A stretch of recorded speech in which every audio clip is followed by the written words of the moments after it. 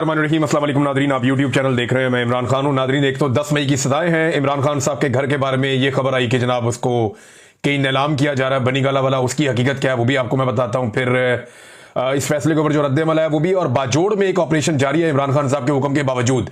और भी कुछ खबरें हैं, बहुत सारी तफसीलात है, मैं आपके सामने रख लूंगा अगले 10-15 मिनट में। सबसे पहले तो 9 मई के 2 मुकदमात में फैसले आए हैं, और ये 2 अलग अलग मुकदमात हैं।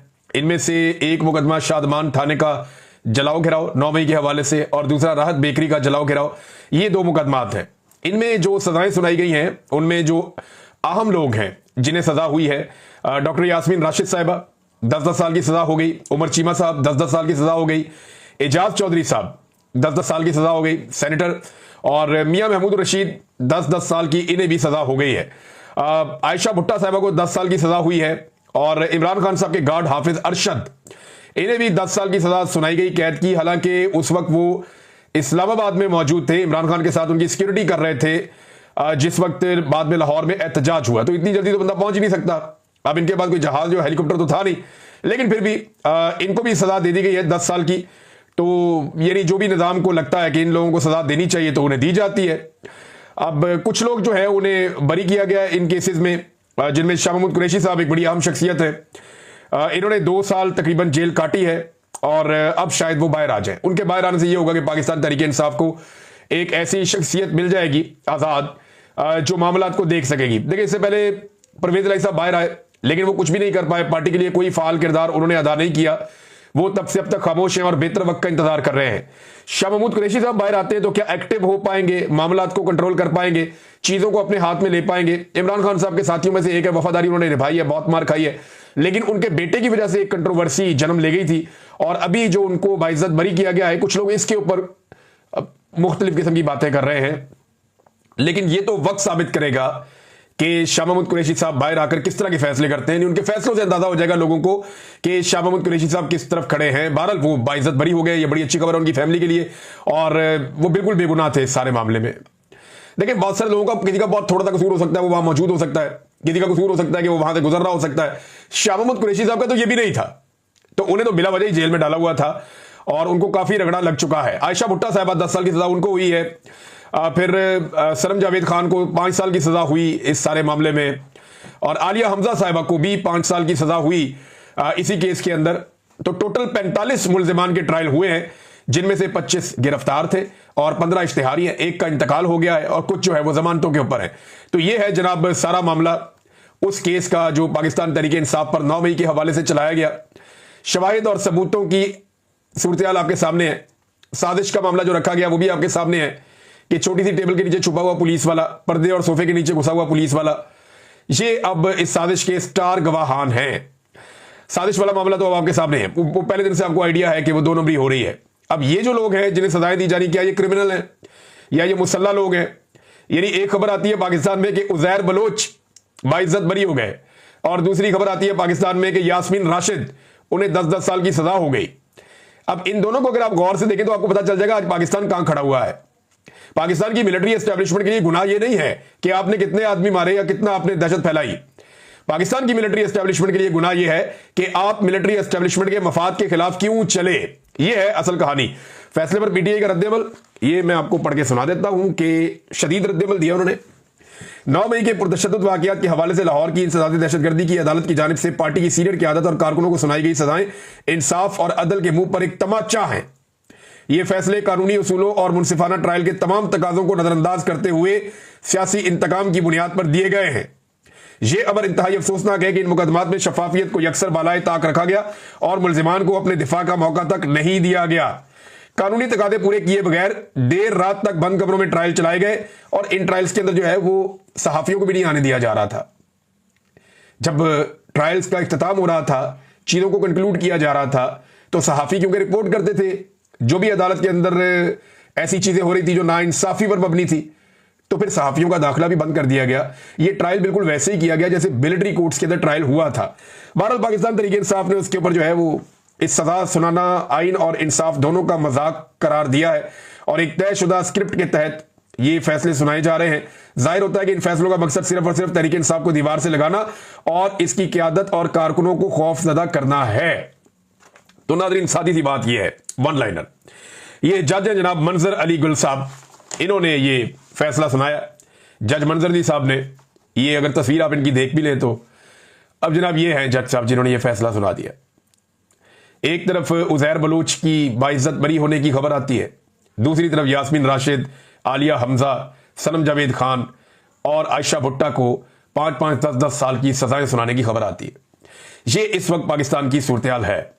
अब आए नाज़रीन, इमरान खान साहब का घर बनीगाला वाला, सुबह खबर आती है कि जनाब उनको फरोख्त किया जा रहा है या उसको नीलामी उसकी हो रही है, और फिर हर तरफ शोर मच जाता है। सलमान अकरम राजा साहब भी एक ट्वीट कर देते हैं इसके बारे में, वो ये कहते हैं जी मुझे इसके बारे में भी पता नहीं था, लेकिन अभी ये खबर आई है तो इसके ऊपर फिर हम देखेंगे। लेकिन ऐसा हुआ कुछ नहीं, बल्कि ये इमरान खान साहब का बनीगाला का घर नीलाम नहीं हो रहा था, क्योंकि देखिए नीलामी का कोई अदालत से ऑर्डर ही नहीं है ना। वैसे तो पाकिस्तान में कुछ भी हो सकता है, लेकिन बनीगाला का जो घर है इमरान खान साहब का, उसकी नीलामी का कोई ऑर्डर नहीं था। लोगों ने इसको ऐसे लिया क्योंकि जो इश्तिहार लगा हुआ था ना, उस इश्तिहार पे इमरान खान साहब का ऊपर नाम लिखा हुआ था और बनीगाला लिखा हुआ था। तो नॉर्मली आदमी को यही लगता है, मुझे भी पहले इश्तिहार पढ़ के यही लगा कि ये ऐसे ही है, लेकिन फिर मैंने 2-4 लोगों से रब्ता किया तो उन्होंने बताया नहीं, ये प्रॉपर्टी मलिक रियाज की और फराह खान की है। यानी कुछ प्रॉपर्टी जो है वो मलिक रियाज के बेटे अली रियाज के नाम पे थी, और कुछ जो है वो फराह खान की प्रॉपर्टी थी जो बुशरा बीबी की दोस्त हैं। फराह खान बहुत सारे हवालों से कंट्रोवर्शियल है, पंजाब में ट्रांसफर पोस्टिंग के हवाले से भी इनका नाम आता रहा है और कुछ करप्शन के हवाले से भी इनका नाम आता रहा है, लेकिन अभी तक इनके खिलाफ कोई ऐसी चीज पकड़ी नहीं गई और ये काबू भी नहीं आई, ये पाकिस्तान से बाहर चली गई थी।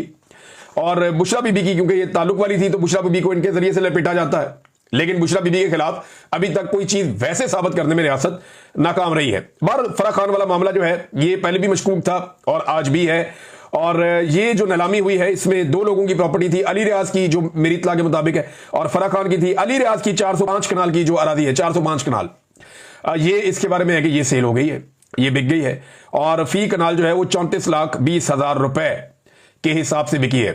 तो कीमत तो बड़ी अच्छी, यानी ये सस्ती बिक गई है, जिसने खरीदी है वो तो मुनाफे में रहा है। 34 लाख रुपए कनाल तो इस्लामाबाद में जमीन मिलती नहीं है। अगर किसी को 34,20,000 रुपए कनाल के हिसाब से जमीन मिल गई इस्लामाबाद बनीगाला में तो वो बड़ा लकी आदमी है। तो अली रियाज वाली 405 कनाल अरादी तो ये ऐसे गई, जबकि फराह खान की जो जमीन है वो नहीं बिक सकी। टोटल 2 लोग आए जो इस बोली में शामिल हो रहे थे, यानी लोगों की दिलचस्पी भी नहीं, लोगों को आइडिया है कि ये जमीनें कैसे बिक रही हैं और क्या हो रहा है, कल को पता नहीं क्या होगा, अदालत से कोई ऑर्डर आ जाएगा, बिला वजह मुशक्कत करने की जरूरत नहीं है। ये चीजें शरीफ खानदान के साथ भी होती रही है, लेकिन उनके तो बड़े सीरियस मुकदमा थे करप्शन के। लेकिन जो उनके घर के साथ किया गया, उनकी गैर मौजूदगी में परवेज मुशर्रफ ने उनके घर को एक ओल्ड होम में तब्दील कर दिया था और वहां पे बूढ़े लोग रहते थे।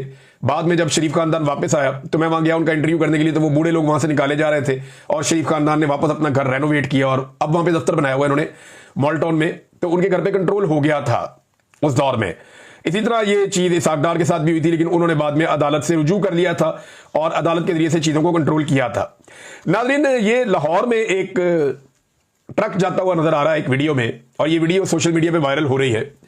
इस ट्रक के ऊपर 2 पाकिस्तान के झंडे लगे हुए हैं और ट्रक की बैक साइड पे फील्ड मार्शल आसिम मुनीर का फोटो लगा हुआ है। ये माजी में होता रहा है, ज़ियाउल हक के फोटो भी हमने ट्रक के पीछे लगे हुए देखे हैं, हमने परवेज मुशर्रफ के फोटो भी ट्रक के पीछे लगे हुए देखे हैं, हमने निशाने हैदर जो हमारे फौजी हैं उनके भी फोटोज लगे हुए ट्रकों के पीछे देखे हैं, हमने एक जो है वो ज़ियाउल हक के बहुत देखे ट्रक आर्ट। उस दौर में ये किया जाता था कि ट्रकों के पीछे ज़ियाउल हक के फोटो लगाए जाते थे ताकि हर तरफ ये ट्रक जाते हैं तो साथ फोटो भी जाए।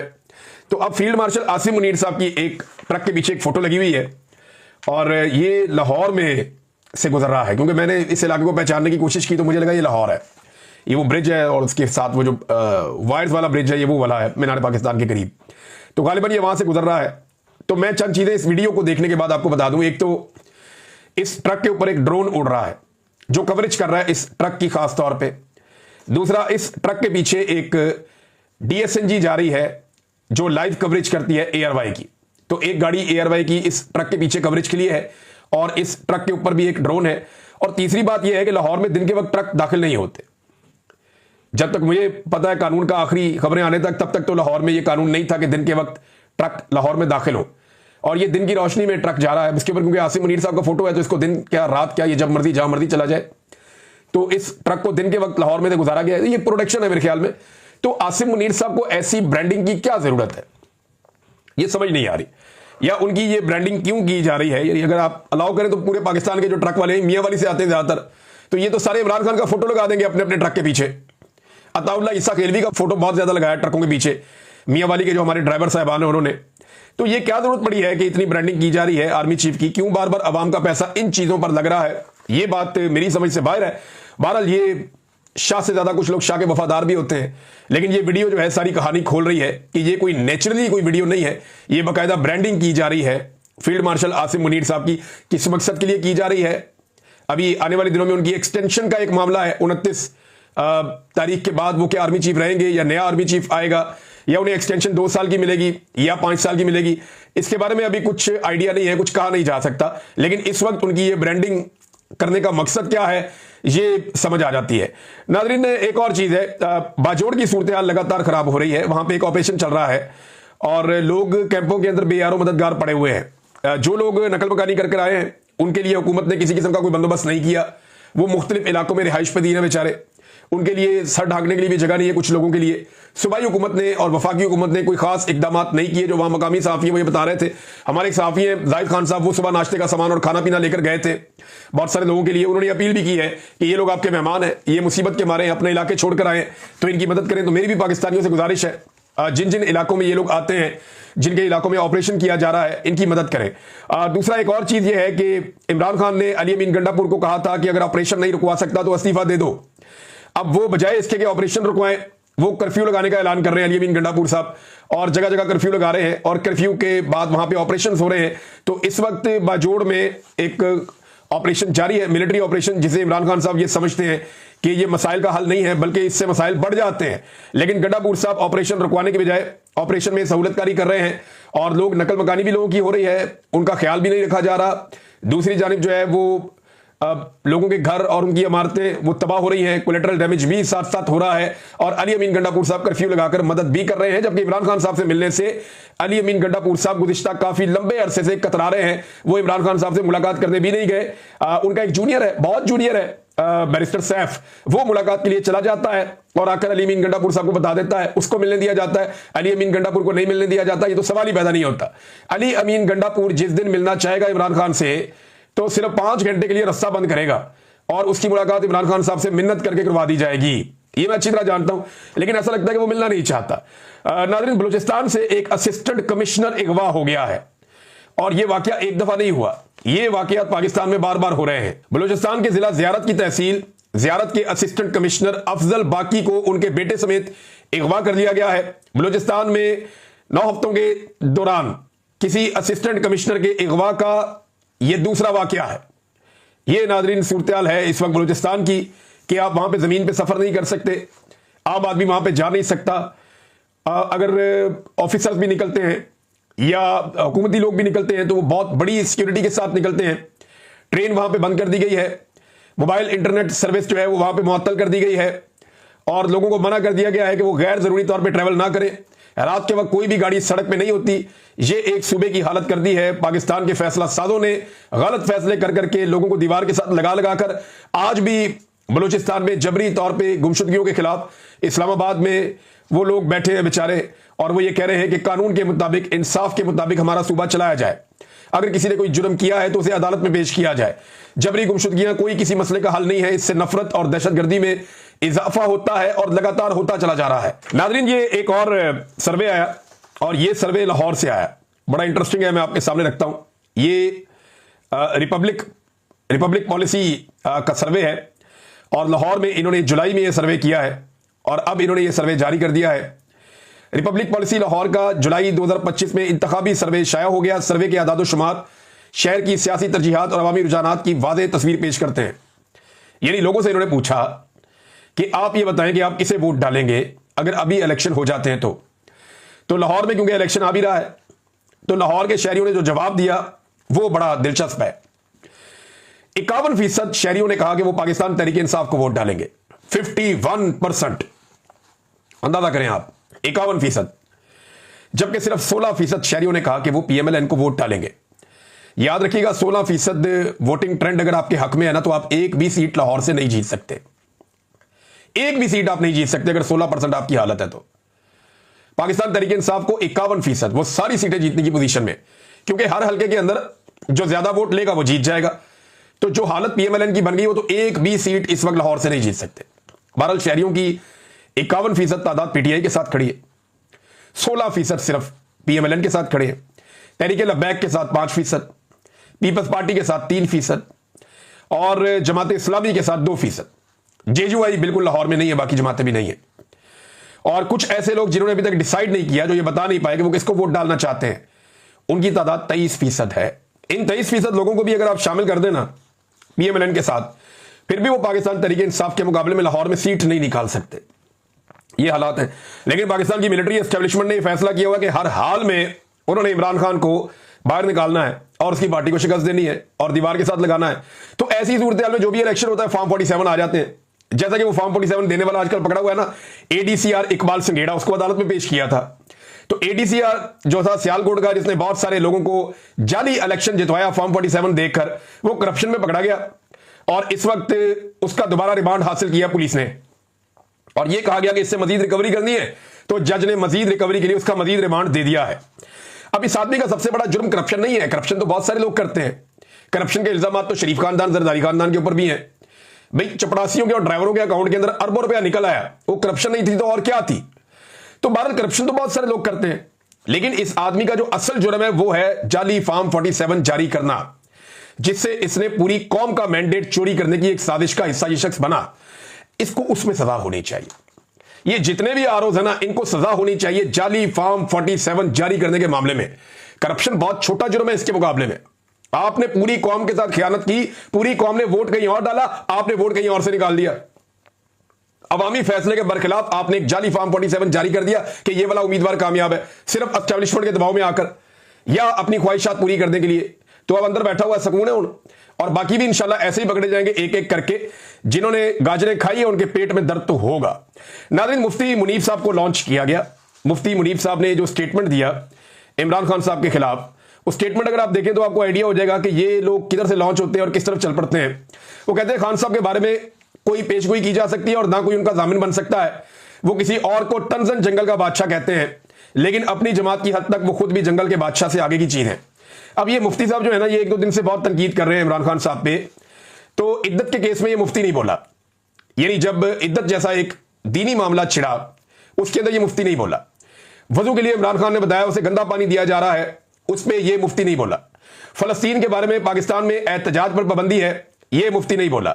जनरल कुरेला को, जिसने ईरान के ऊपर अटैक करवाया, जिसने हर जगह पे वो फलस्तीनियों की या हमास की मुखालफत करता है और इसराइल की हमायत करता है, उसको पाकिस्तान में अवार्ड से नवाजा गया, ये मौलवी नहीं बोला। ट्रंप को नोबेल इनाम के मामले में ये मौलवी नहीं बोला। खवातीन को सड़कों पे घसीटा गया, चादर और चार दीवारी का तकद्दुस बार बार पामाल किया गया, ये मौलवी नहीं बोला। लेकिन अब सोशल मीडिया के खिलाफ ये बोल पड़ा, इमरान खान के खिलाफ ये बोल पड़ा। तो अब आप अंदाजा करें हर आदमी कहां कहां से कंट्रोल हो रहा है। वैसे सोशल मीडिया के खिलाफ ऐसा लगता है कुछ बड़ा होने जा रहा है। उसकी वजह यह है कि आसिम मुनीर साहब भी, उनके कुछ और जानने वाले भी, ये दो चार मौलवी भी, और इनके अलावा बलूचिस्तान का जो वज़ीर आला है वो भी, अब ये सारे लोग एक साथ यकजुबान होकर सोशल मीडिया को टारगेट करना शुरू हो गए हैं। तो ऐसा लगता है कि मुल्ला मिलिट्री अलायंस जो है वो एक दफा फिर एक्टिव हो गया है और अब सोशल मीडिया को ये टारगेट करने की कोशिश करेंगे। नाज़रीन, दो छोटी छोटी खबरें जल्द आपको बता दूं। एक तो शहजाद फारूक जो है वो अदालत में उसका केस लगा और वो बाजियाब हो गया, ये बड़ी अच्छी बात है।